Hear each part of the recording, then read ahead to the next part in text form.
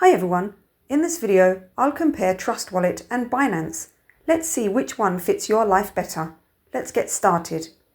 Trust Wallet is a non-custodial wallet, meaning you own your private keys, while Binance is a centralized exchange where you store your crypto in their wallet.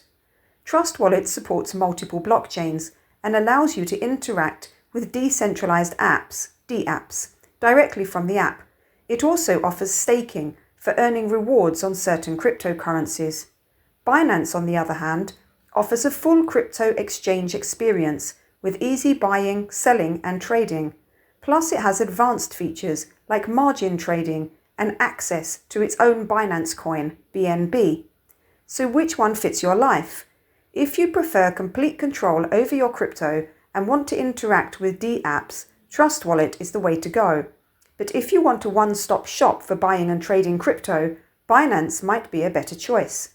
And that's it. You've now got a better understanding of Trust Wallet and Binance. If you found this video helpful, don't forget to like and subscribe for more tips and tutorials. Thanks for watching, and I'll see you in the next video.